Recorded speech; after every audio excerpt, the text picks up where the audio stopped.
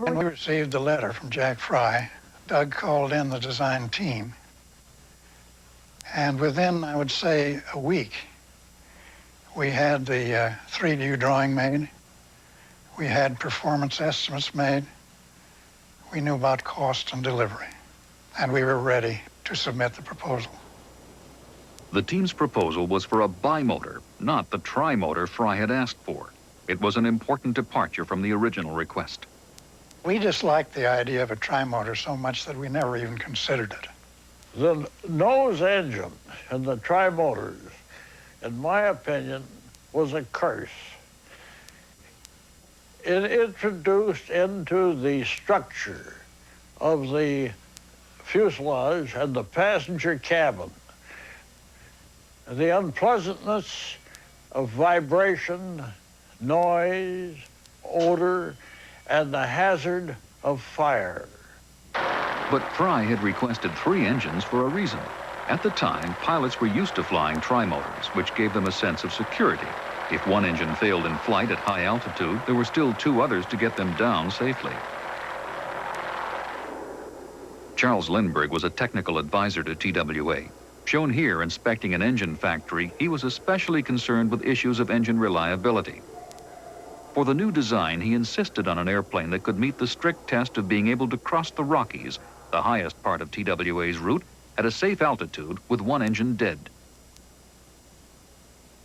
It was a challenge for the Douglas team, who proposed a large plane with only 2 engines. But aware of the increases in engine horsepower, the advances in streamlining and aerodynamics, the invention of instrument aids, they had faith in their design, which rapidly brought together the best advances of the past decade. Once we had the preliminary design done, I was chosen as assistant chief engineer to go east to New York and confer with TWA, together with Harry Wetzel, who's our executive vice president and business manager. We decided, because there had been quite a number of airline accidents about that time, and because we really wanted to get there, to go by train.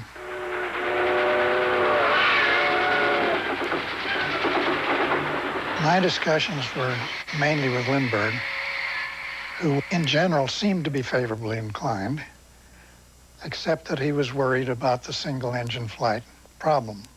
Tell the truth, I was too. But in spite of my skepticism, I was optimistic. And we were all optimistic because, by golly, we wanted to do it. And within a few months, they were doing it. A contract was signed and the Douglas Commercial One, or the DC-1, was underway. But throughout construction, the team worried whether the recently available more powerful engines could really do the job to lift this large 12-passenger plane and meet Lindbergh's 1-engine-out test. 2 engines from different manufacturers were being considered for the contract. The Wright Company's Cyclone, 710 horsepower, in testing was experiencing cylinder cooling problems. And the Pratt & Whitney Hornet, 700 horsepower, which was having trouble with oil consumption. These engines represented the latest improvements in power plant technology, the most advanced horsepower of their day. After intense testing, the contract went to the Wright Company, which at the last moment redesigned the cylinders, although in later years, Pratt & Whitney won back the business. Meanwhile, at the other end of Los Angeles, Bailey Oswald was involved with developments taking place at Caltech. In Pasadena, a new 200-mile-per-hour wind tunnel was being used in the developing science of aerodynamics. A surprisingly simple device, still in use today, it offered a more direct approach to design than the theoretical charts and graphs which had been used previously. Bailey Oswald was a recent graduate here when he was hired by Arthur Raymond to run the original tests on the DC-1, 2, and 3 series. Starting with the DC-1, I think that we began to bring aerodynamics out into the open and make it all-inclusive, important asset to the airplane. And it happened, in fact, that I came in 1932 and was a single aerodynamicist in the company at that time. And as time went on, the aerodynamics section was built up to, during the wartime, I believe as many as 200 people. The DC-1, 2, and 3 were each aerodynamically tested in the same way. A model was hung upside down in the tunnel to make it easier for the aerodynamicists to make their measurements. A fan in the tunnel generates wind, and as air flows over the wings, its aerodynamic lift will be in a downward direction towards the tunnel floor. As it flies, it pulls down on the wires supporting it. These wires extend through the tunnel ceiling into a balance room above, where they are attached to a series of scales. Each scale measures a different force on the model. For example, lift, drag, thrust. And once the model stabilizes in the wind, the aerodynamicist collects the data in the form of a numerical readout on each scale, ultimately translating those readouts into finely tuned graphs and equations which will modify design. As a result of these kind of wind tunnel tests, we learned many things that we took advantage of during the design. In order to make it possible for this airplane to fly well, we used a very good shaping on the fuselage, turning out the fine end at the rear, an aft sloping streamlined windshield, monoplane wing, streamlined tail surfaces, cantilever type, NACA low drag cowling on the engine, and a retracted landing gear. These streamlining features were refined in the wind tunnel, and the original test reports shown here are from the early 30s. From that time on, no plane would be designed without aerodynamic wind tunnel testing. We didn't depend upon calculations alone because the design parameters weren't well established at that time. But we did make physical tests of practically everything. Weights were applied to determine the strength of various parts. The wing and body proved to be especially tough, a hallmark of the DC-1, 2, and 3 series. The wing was an idea borrowed from Jack Northrop, who had designed the Vega. Its all-metal multicellular structure placed individual sections together in a grid-like fashion, building a single unit stronger than its parts. It was lightweight, but extremely strong. A stressed skin fuselage design was used, just as in Northrop's wooden Vega. But now the construction was done entirely with new aluminum alloys, which combined lightweight and great strength. In July of 1933, Jack Fry got what he wanted 10 months after the contract was signed. There was quite a group of us there. And when that airplane came out, it just amazed us, and we were delighted and figured that we really had something for the future. With Tommy Tomlinson aboard as co-pilot, the plane soon successfully performed the one-engine-out test over the Rockies. As shown in this dramatic DC-2 test, the plane flew safely with one of its engines deliberately shut down, and the implications for older airplane designs became clear. With the successful completion of the Winslow to Albuquerque test, the trimotor was a dead duck for the immediate future. The DC-1 was a prototype. Only one was ever built. It assembled the most advanced innovations of its time into a single design and pointed the way to ever larger commercial transports, which held the hopes of profits and growth for the airline industry. I think any really qualified company would have come up with much the same design. Although, of course, I'm sure we did it better than anybody else. As TWA readied to buy production models, Donald Douglas suggested a slight design modification to the DC-1. The idea was to stretch the fuselage by almost 2 feet so that 2 more seats could be added, bringing the carrying capacity to 14 passengers and giving the airline a chance to make more money. This stretched production model of the DC-1 was designated the DC-2. TWA bought 25 of them, and they quickly became popular with passengers for comfort and safety. Amenities included cushioned adjustable seats, good ventilation, dependable steam heat, enough soundproofing for normal conversation, and enough space to carry stewardesses and provide simple cold meals. With speeds up to 175 miles per hour, passengers could now cross the country in 18 hours with only 3 stops for fuel. The airlines lined up to buy them, and the public saw they were a good ship to fly in.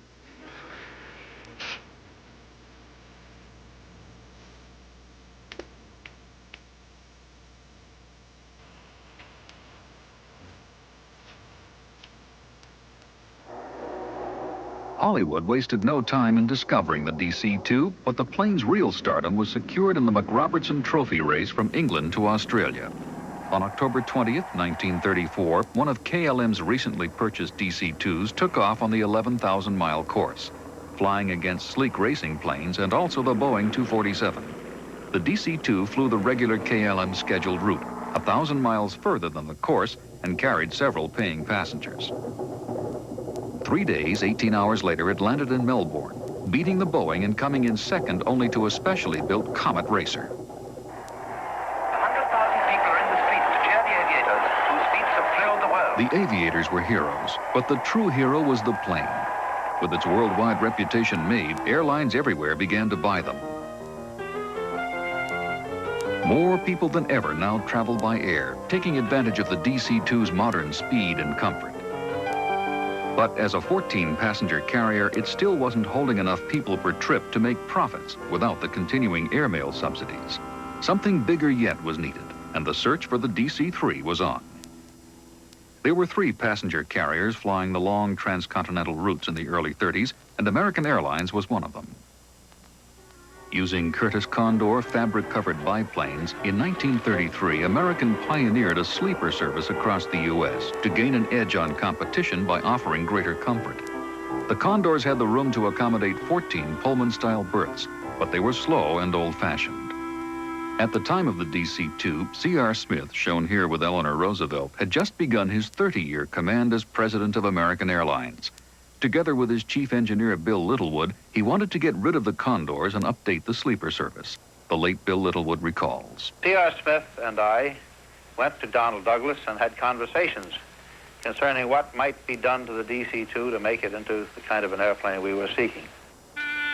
What they envisioned was a larger plane that would be a modern 14-passenger sleeper and at the same time could give them the option to carry as many as 21 passengers in a daytime configuration.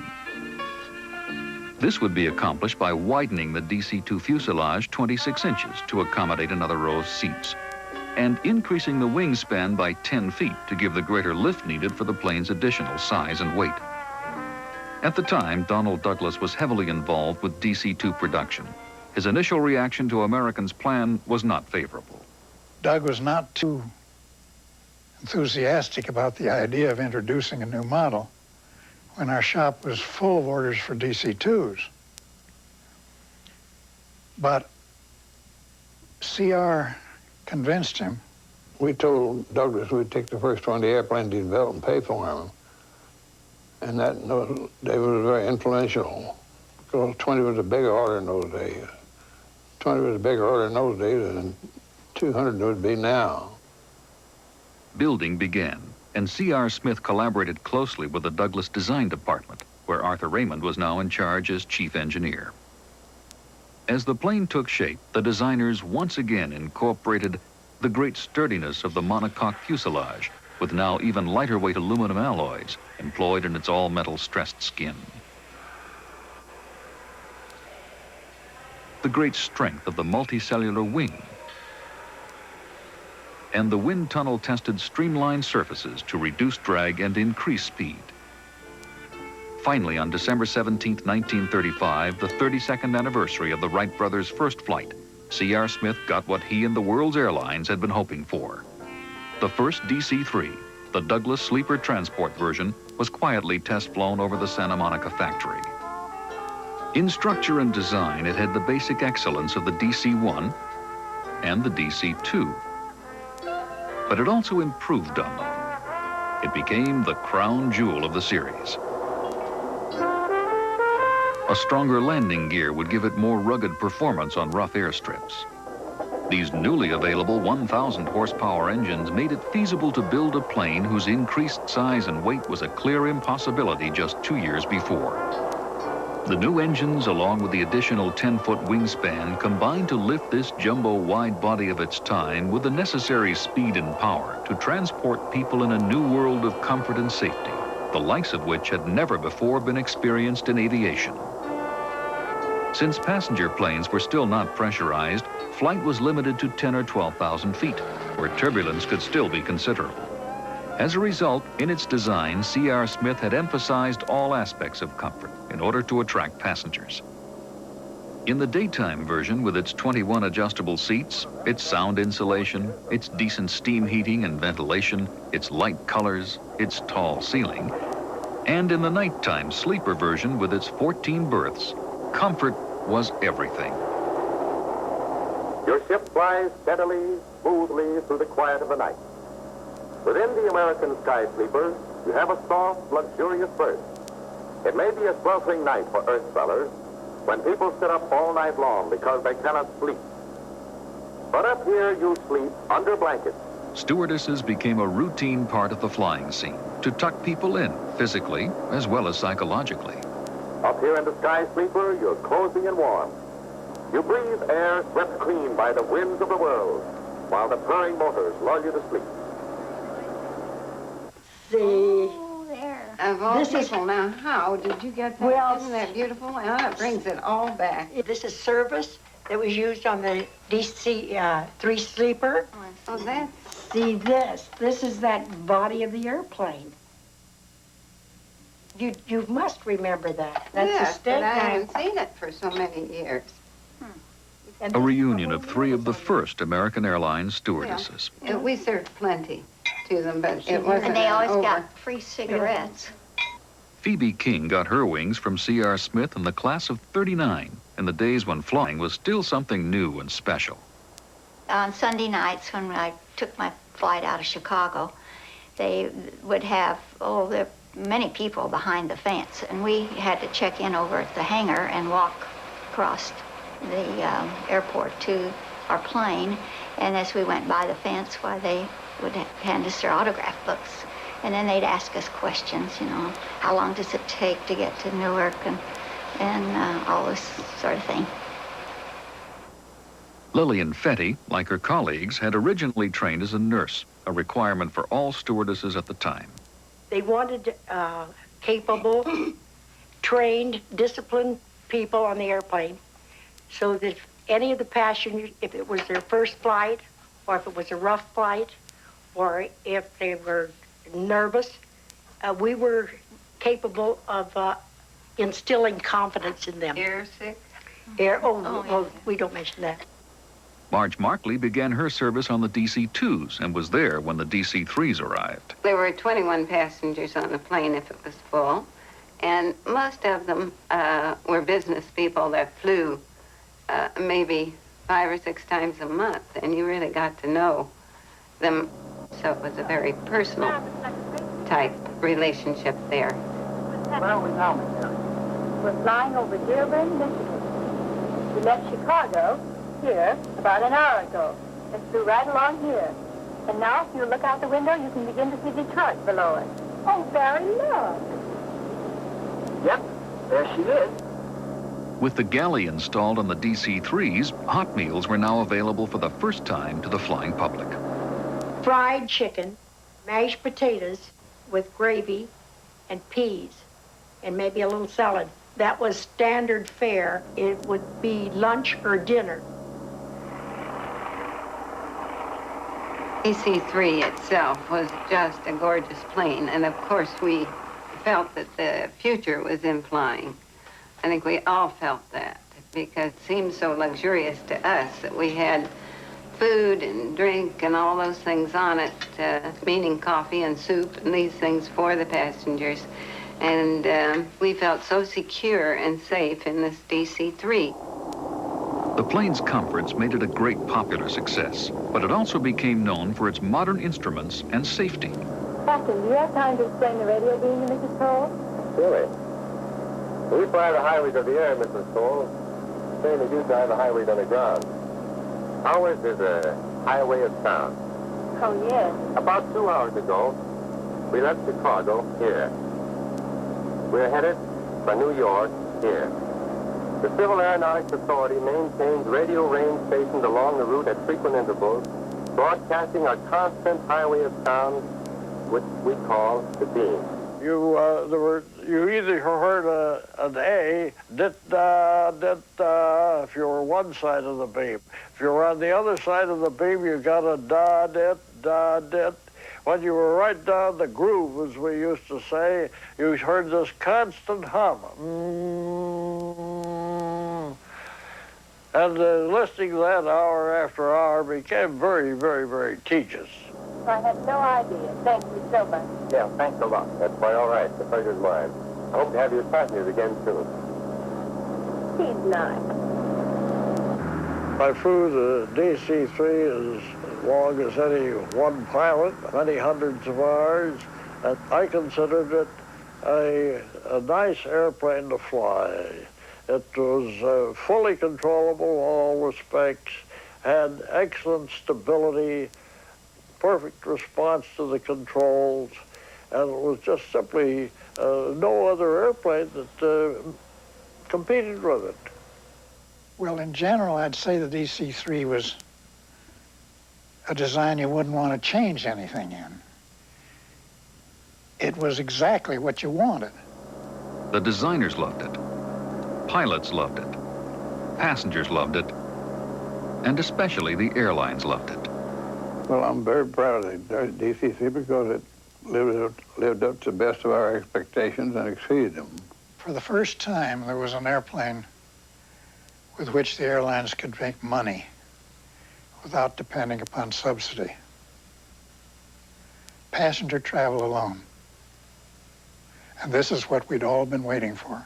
By 1939, over 400 had been built. It became the standard of the industry, carrying 80% of domestic passenger traffic and huge numbers elsewhere in the world. While its success worked magic for the airlines, there was truly nothing magic about its design. It was just the shrewd combination of the best available technology at the right time, in the right size of vehicle, with the right performance for the operators of the period. And too, there would soon be so many of them. With America's entrance in the war in California, the Douglas factory was hard at work with growing orders for military air transports. The DC-3 had so impressed the U.S. Army Air Corps, they decided to use it as a basic troop and cargo carrier. With only slight modifications, a larger cargo door, beefed up floors, a stronger landing gear, the DC-3 went into service as the C-47 in the Army or the R-4D in the Navy and Marine Corps.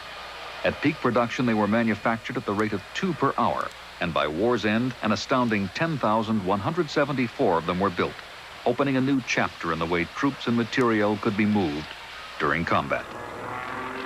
June 6, 1944, D-Day. The greatest fleet of DC-3s ever assembled, making possible the largest air invasion force in history. 20,000 paratroops and supplies carried across the channel in the first 50 hours. Known variously as Sky Troopers, Dakotas, Sky Trains, 1,200 of them flying 4 abreast in a column 200 miles long. And their solid presence was felt around the world. The island-hopping campaign in the Pacific would never have been possible without it. The workhorse of the air, whose nicknames Goonie Bird, the Doug, Old Fatso seemed never to end, moved vehicles, weapons, supplies. It rescued the wounded, and for thousands of GIs, it was the first aircraft they'd ever flown in.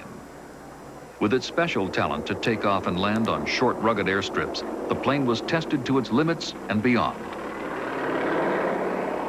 The Japanese were coming in at the south end of the city, and the airport was at the north end. And we weren't able to get gas. The gasoline people had left, but while we were there, quite a few Burmese came aboard. When we arrived at Calcutta, we found that our total complement in the cabin was 72, most of them, of course, small, many babies, and when they opened the baggage compartment, they found 4 more in there. 76 people on a DC-3, that's a pretty good load. No wonder that by the war's end, Eisenhower would credit the DC-3 as being one of the pieces of equipment most responsible for Allied victory in World War II.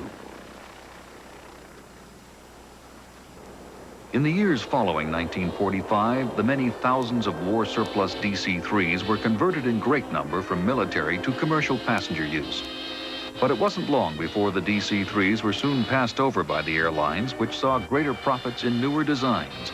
Designs which grew out of the DC-3, grew out of its all-metal, streamlined, large capacity, safety and comfort legacy. It was an era of pressurized planes which could comfortably fly above the weather, could fly faster with higher powered engines, and could carry more people. With the advent of jets in the 60s, it seemed certain the DC-3 would die, while only its traditions continued. The last DC-3 was built in 1946, yet strangely today, the plane has lived on to find a niche for itself in the world. For someone with no ability to fix up an old one like the Salernos did with their cargo operation, it's possible to buy virtually new ones in Oshkosh, Wisconsin. DC-3s are for sale at Basler Flight Service. Warren Basler's company is refurbishing planes to meet individual needs, whether for cargo or passenger use. The aircraft are restored almost to mint condition, and he's currently doing his 59th DC-3. Strange as it may seem, the demand today is greater than it was when we started in our business 30 years ago. And the airplane is still one of the best airplanes for hauling freight and even hauling people. It does more for what it costs you to operate than any other airplane you can buy today. Basler scours the world for DC-3s, most recently buying 7 from the French Navy in New Caledonia. We try to find the best airframes that are available, and if you have a clean airframe to start with, the rest is easy. Any signs of corrosion are replaced by new sections, individually cut and fitted, preserving the immense strength of the plane as it was originally designed. In its history, there has never been a structural failure of a DC-3. Interiors are made over completely, down to the last details of new seats, insulation, paneling, reinforced floors. Modern instruments are added, bringing the plane up to date with the latest flying and navigational aids.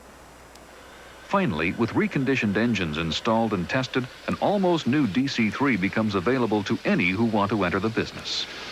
The reason that we stay in the DC-3 business is because of the cost being $175,000 to $300,000 for a freighter ready to go for someone starting in the freight business versus a couple million for anything else that would do the job for them.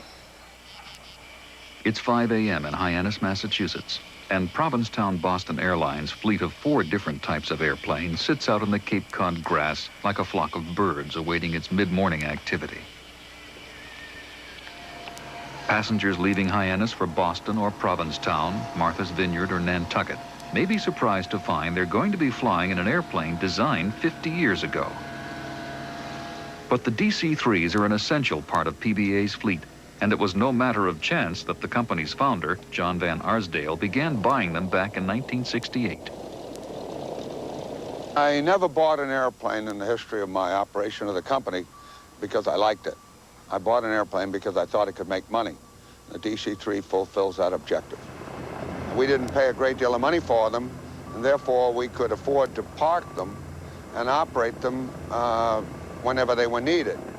Today, PBA flies 12 DC-3s along with 3 other types of aircraft, and scheduling is done according to demand. The right size plane is dispatched for the right size load. Operations Central. The dispatcher's pet names for the planes help relieve the frantic pace of scheduling. Due to the overload, we'll use a DC-3 to Boston. We'll give them dragon wagon service. After we bought a DC-3 for about $20,000, we might put $50,000 or $100,000 into it. But we had a great airplane for $120,000 or $150,000. Completely redid them all over, and when it flew, it made money. Chief pilot Anthony Freitas is performing a routine inspection of this plane before going aloft, examining the entire exterior for any possible surface irregularities. It's a standard procedure for any plane, but this plane is special. 36 PV here is the highest time DC-3 in the world. It's the highest time airliner in the world. It's got over 88,000 hours on it right now. It passed the one that's hanging in the Smithsonian some time ago. Every time it goes out, it sets a new record. It's sort of the queen of the fleet to us. It's our pride and joy. For PBA, it's really the perfect airplane for our operation. We generally fly shorter legs than the major airlines do, so the fact that the airplane's half the speed or less of a modern jet doesn't really bother us. The trip length is still only going to be a half an hour. We don't suffer at all there. And the airplane gives us the ability to take 30 people at a whack out of a very small field that any other airplane just wouldn't allow us to do. In a modern jet, you cruise anywhere from something in the area of 30,000 feet. In a DC-3, we're generally cruising at about 1/10 of that altitude. So you're a lot closer to the ground. There's a lot more scenery down there. generally it's a lot more enjoyable to fly down at that altitude. You fly from here to Boston, and if you fly over a football field, you've got time to see a play beyond the fact that it's a football field that might be down there from 30,000 feet. You don't just sit in a DC-3 and let things happen. And for sheer activity in the cockpit, I guess there is quite a bit more than there would be in a 727 or something of that nature. The gear is a good example. 727, if you want to put the gear down, you throw one lever down. And a DC-3, you have to throw one hydraulic lever down, wait for the pressure to build up in the gauges, and then throw a lock latch in place, return the hydraulic lever to the center position. And then for the heck of it, you stick your head out the window and make sure it's stuck down. You try that in a 727, you lose your head.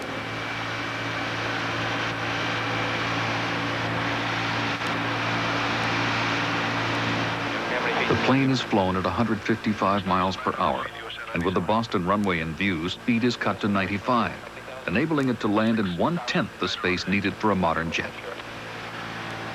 Well, the airplane was built to fly at a slower speed. As a result, it's always being affected by the environment, by the winds that are on the airport itself, or by a jet blast from a passing airplane or something, whereas a modern airplane, a 727, once it's on the ground, essentially becomes a truck. You start steering it. This airplane, you've got to fly continually all the way to the gate and shut down the engines and wait for them to lock the controls before you give it up as an airplane. There is no airplane today that will replace it for what we use it for on a short haul out of a short airport. There's nothing that even comes close. And any airplane that can do what this thing does and did for the airlines and for us is just, there's no question, it's a superior aircraft.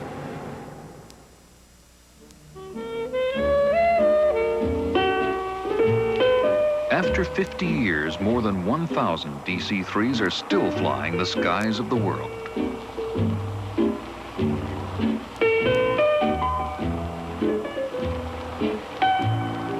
DC-3 has been called a very well-loved airplane.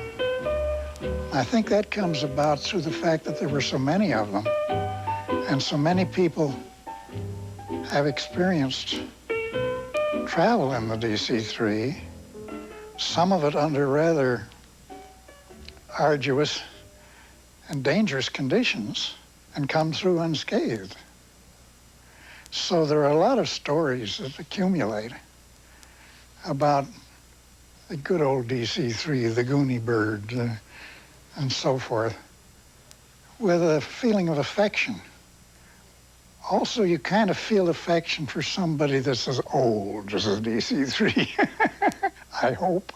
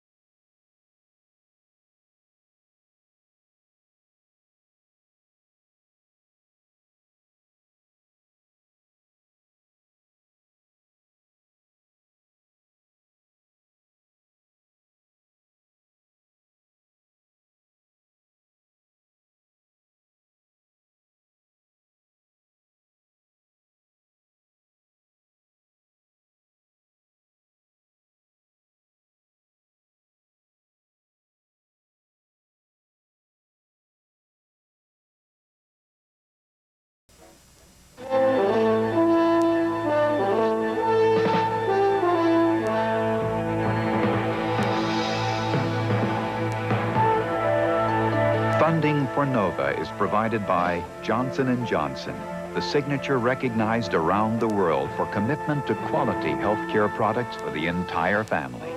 And Lockheed, America's aerospace company, supporting math, science, and engineering education for national technology leadership. Major funding for NOVA is provided by the Corporation for Public Broadcasting and by the financial support of viewers like you. For a transcript of this program, send $5 to this address or call 1-303-831-9000.